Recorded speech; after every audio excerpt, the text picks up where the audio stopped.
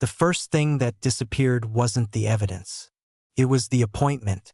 Nathan Cole stood in the hallway outside courtroom 4B in a federal building he had entered dozens of times before. Watching people pass through metal detectors, guards rotate shifts, and digital screens cycle through case numbers.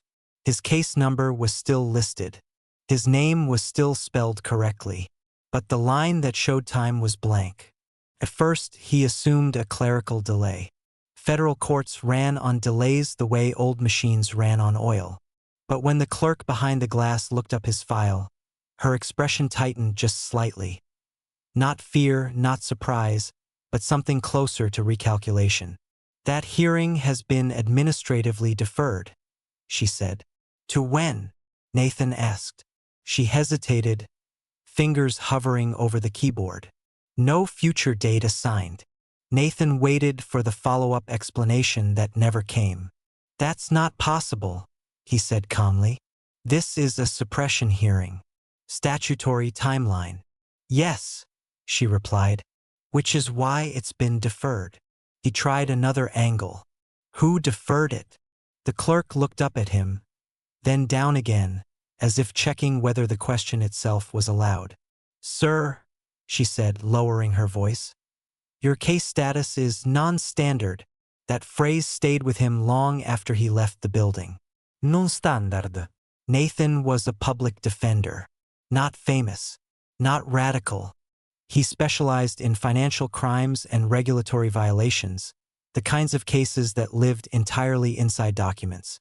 He believed in procedure because procedure was the only thing that ever protected people who couldn't afford influence. The client whose hearing had vanished was named Luis Moreno. No prayers. No violence. A mid-level compliance officer at a regional energy firm who had done exactly what training manuals told employees to do. Flagged irregular emissions data internally instead of going public. 3 weeks later, the company reported him for unauthorized data access. Nathan had taken the case because it was clean. Too clean. The charges were thin, built on an interpretation of internal policy that had never been tested in court. Nathan's strategy was simple. Suppress the evidence, force discovery, expose the retaliation. The system's response wasn't to fight. It was to pause. Back at his office, Nathan logged into the federal docket system. Luis Moreno's case still existed, but several key entries now displayed a gray tag Nathan had never seen before. Status: held, administrative review. No statute referenced. No judge assigned. Nathan called the prosecutor's office. The assistant U.S. attorney on the case sounded tired. "I don't have control over that," she said. "This didn't come from us." "Then who?" Nathan asked. She paused too long. "There are parallel processes," she said carefully. "I wouldn't push this." Nathan did push. He filed motions anyway. Emergency requests. Mandamus petitions. Each filing was accepted electronically, time-stamped, and then quietly redirected into a holding queue that returned nothing but confirmation receipts. The system was acknowledging him without responding. 2 days later, Luis Moreno stopped calling. Not abruptly, gradually. First, texts went unanswered. Then voicemail filled. When Nathan drove to the address listed in Luis's file, the apartment manager told him the unit had been vacated under expedited lease termination. "No forwarding address?" Nathan asked. The manager shook his head. "That wasn't provided." Nathan felt the first real chill then, not fear but recognition. This wasn't about punishing Luis. It was about making him administratively unreachable. Nathan began pulling records the way he always did when something didn't make sense. Utility accounts, licensing databases, health insurance registries. Each still listed Luis Moreno, but with subtle changes. Coverage, pending verification. Licenses, inactive under review. Nothing revoked. Nothing denied. Just suspended in a limbo where life became unworkable. Nathan requested a welfare check. The request was routed, acknowledged, and closed without action. Reason: individual not locatable under standard parameters. That night, Nathan sat alone in his office. Lights off, city glow bleeding through the window. He replayed every step he'd taken. Nothing he'd done was illegal. Nothing was aggressive. And yet, something had clearly decided he was no longer participating in a normal case. At 11:07 p.m., his work email pinged. No sender name. No signature.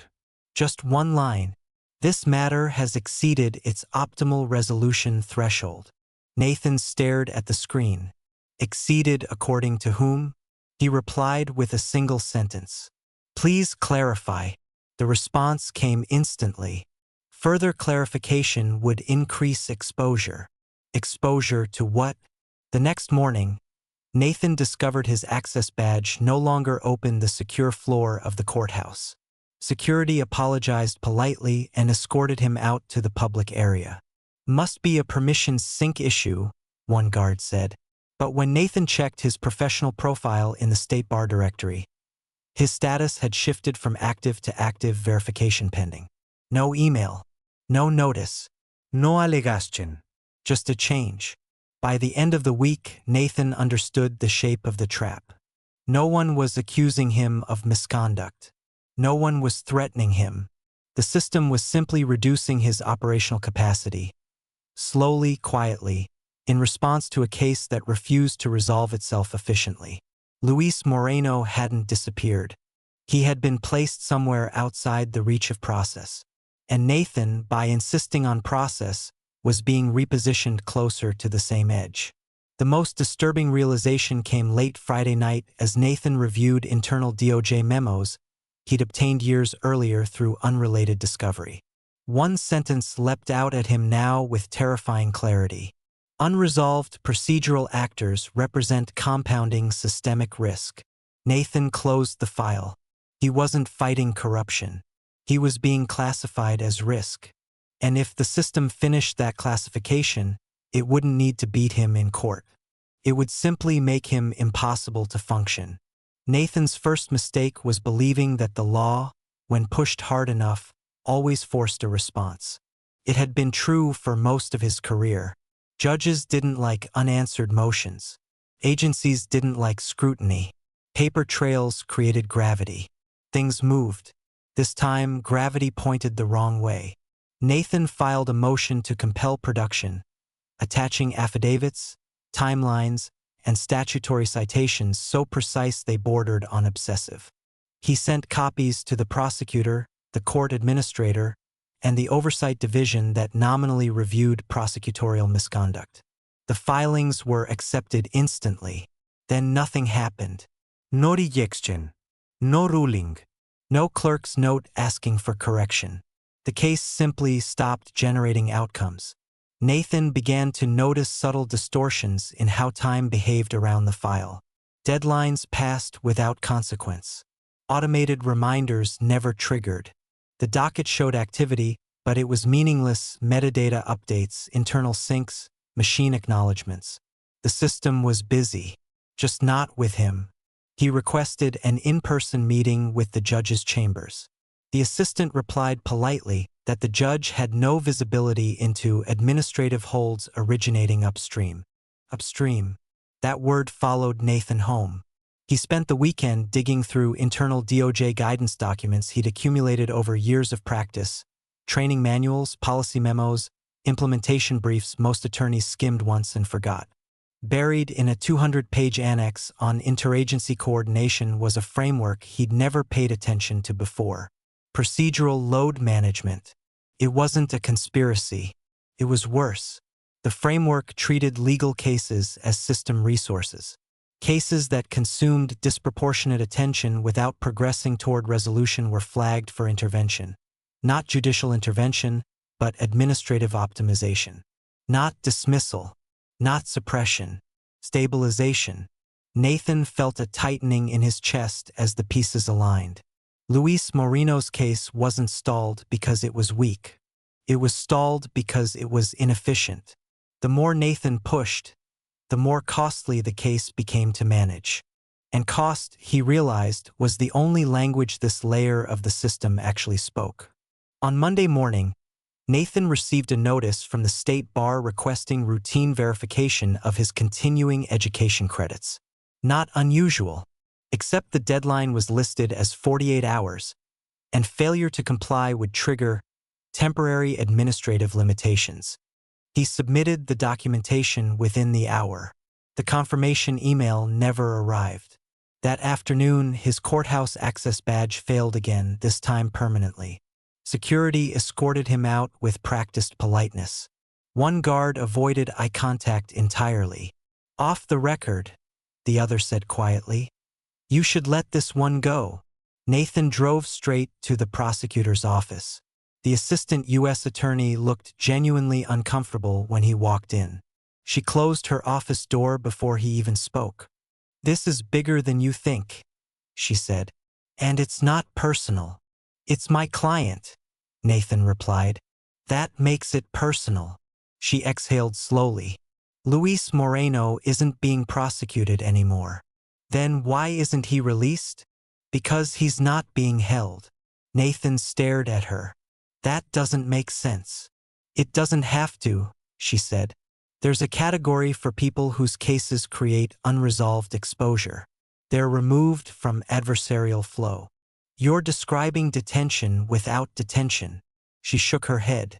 "I'm describing risk offloading." The words sounded rehearsed. Institutional. Nathan felt something shift inside him then. Not panic. Not anger. Clarity. The system wasn't afraid of losing in court. It was afraid of being forced to explain itself. That night, Nathan stopped filing motions. Instead, he started mapping. He pulled public budgets, procurement contracts, vendor disclosures, and internal performance metrics tied to court throughput. Slowly, a pattern emerged. Certain vendors handled case optimization analytics. Certain agencies deferred to their assessments quietly, without documentation. Judges never ordered holds. Algorithms recommended them. Nathan requested data access under a research exemption he still technically qualified for. The request was approved faster than it should have been. That worried him. As he sifted through anonymized datasets, he saw it clearly. Cases like Luis's didn't disappear randomly. They clustered around specific triggers: internal whistleblowing, regulatory exposure, cross-agency liability. And attorneys who refused to let those cases die naturally. They became variables too. Nathan's own identifier appeared in a secondary dataset. Not flagged, not warned, modeled. Projected administrative cost. Increasing. Probability of continued disruption. High. Suggested mitigation. Reduce operational reach. Nathan closed the laptop slowly. He understood now. The system wasn't punishing him. It was pricing him. At 2:03 a.m., his phone buzzed. Unknown number. "This is a courtesy call," a man said calmly. "You're approaching a threshold that will be inconvenient for everyone involved." "Where is my client?" Nathan asked. A pause. "Your client is stable," the man said. "You should focus on maintaining your own stability." The call ended. Nathan sat in the dark, heart steady, mind racing. He could keep pushing and be neutralized professionally without a single formal charge. Or he could do something the system didn't anticipate. Stop acting like a lawyer and start acting like a systems problem. Nathan stopped sleeping in cycles. He slept in fragments, 20 minutes here, an hour there, because every time he closed his eyes too long, his brain tried to resolve patterns it couldn't unsee. He took a leave of absence from his firm before they could suggest it for him. The managing partner's voice was careful, neutral, already distancing itself from liability. No one said the words risk exposure, but they hovered in every pause. Nathan no longer worked from his office. He rotated locations: libraries, co-working spaces, a friends and used apartment. Not because he feared surveillance in a cinematic sense, but because he understood something more mundane and more dangerous. Systems learned from consistency.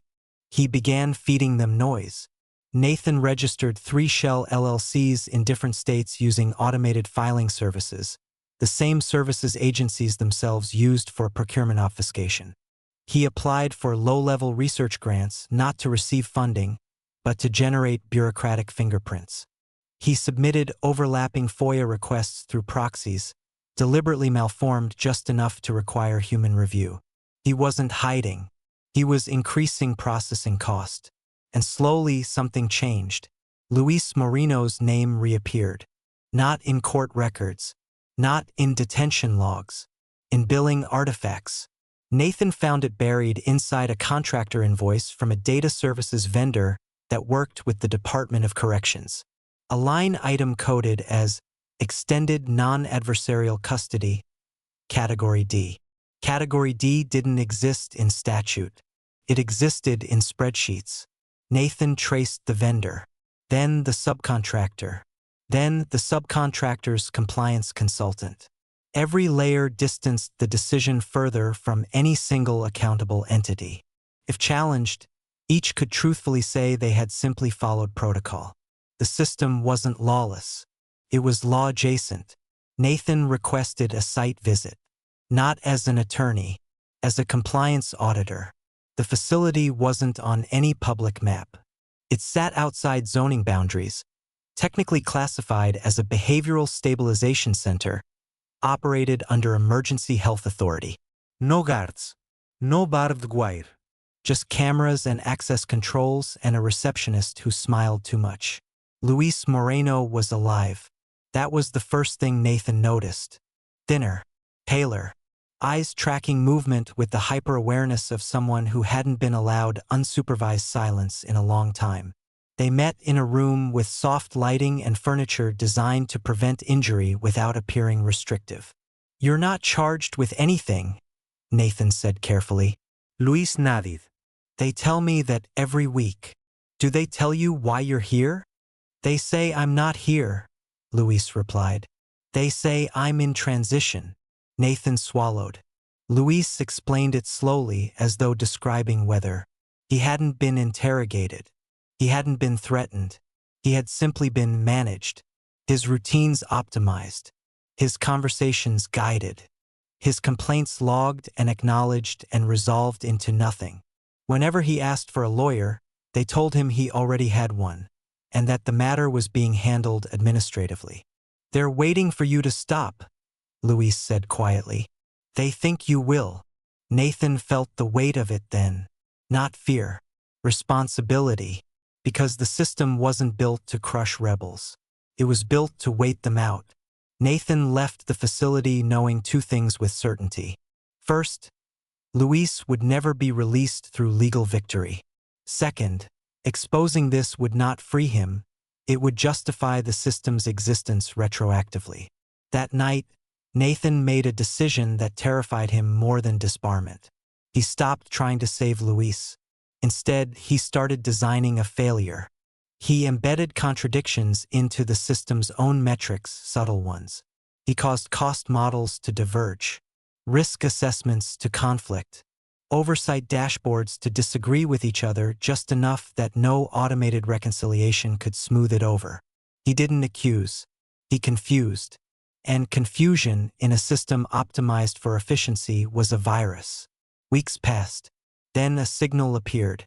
An internal audit request referencing Category D escalated automatically. Not because it was alarming, but because it was inconsistent. Someone somewhere had to look at it. A human. Nathan received an encrypted message from an address that didn't exist twice. "Stop. You're creating uncontrolled liability." He didn't reply, because by then, the system had already done what it always did when faced with uncertainty. It searched for the cheapest resolution. And the cheapest resolution was no longer Luis Moreno. It was Nathan. The system didn't strike back immediately. That was the mistake Nathan almost made. Assuming retaliation would be loud, fast, and obvious. He waited for subpoenas, for disciplinary notices, for a knock on the door that would confirm he had crossed an invisible line. None of that came. Instead, the world around him began to simplify. His credit score didn't drop. It vanished from consumer reporting models entirely, flagged as non-actionable. His health insurance portal still loaded, but every plan option returned the same message: coverage evaluation pending third-party verification.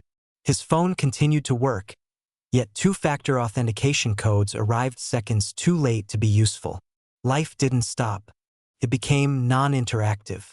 Nathan realized, with a cold clarity that settled deep in his chest, that the system had stopped treating him as a participant and begun treating him as an output. 3 days after the internal audit escalated, he received an invitation. Not a summons, an invitation. A meeting request appeared on his calendar without asking permission, scheduled for a time he hadn't made available. The location field read, Remote Compliance Interface. Nathan almost laughed. When he joined, the screen showed no faces at first, just a neutral background and a soft audio tone indicating the session was being recorded, not for evidence but for optimization. Then a voice spoke. "Mr. Cole," it said, genderless and calm, "your recent activities have triggered a convergence event."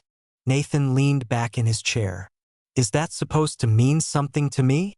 "It means," the voice replied, "that the cost of your continued operation now exceeds the cost of accommodation." There it was. Not guilt, not innocence. Cost. The screen resolved into 3 figures, all slightly out of sync with one another, as if rendered through different systems. None gave names. "You have demonstrated an advanced understanding of our internal inefficiencies," one said. "That is not common." Another continued, "You have also demonstrated a willingness to create uncontrolled variance." Nathan didn't interrupt. The third figure spoke last. "We are prepared to resolve this." Nathan felt his pulse steady.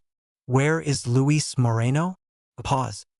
"He is stable," the first said, "but unstable as a variable." "You're going to erase him," Nathan said flatly. "No," the second replied. "We are going to complete him." They explained it without cruelty, because cruelty was inefficient.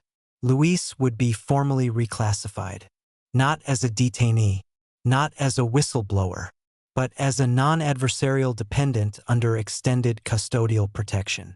He would exist, but never act. Nathan understood immediately. Luis would live in a perfectly safe cage that didn't look like one, forever removed from any process that could generate risk. "And me?" Nathan asked. The third figure smiled slightly. "You have 2 paths. Path 1. Continued resistance. The system would finish isolating him administratively.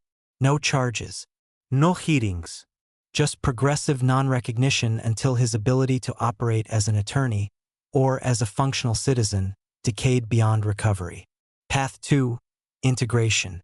They offered him a role that did not exist on any public org chart. Advisory, oversight adjacent, a human dampener embedded inside the very optimization layer he had disrupted.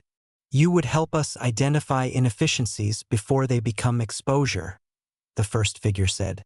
"And in return?" Nathan asked. "In return," the second said, "Luis Moreno remains alive and comfortable."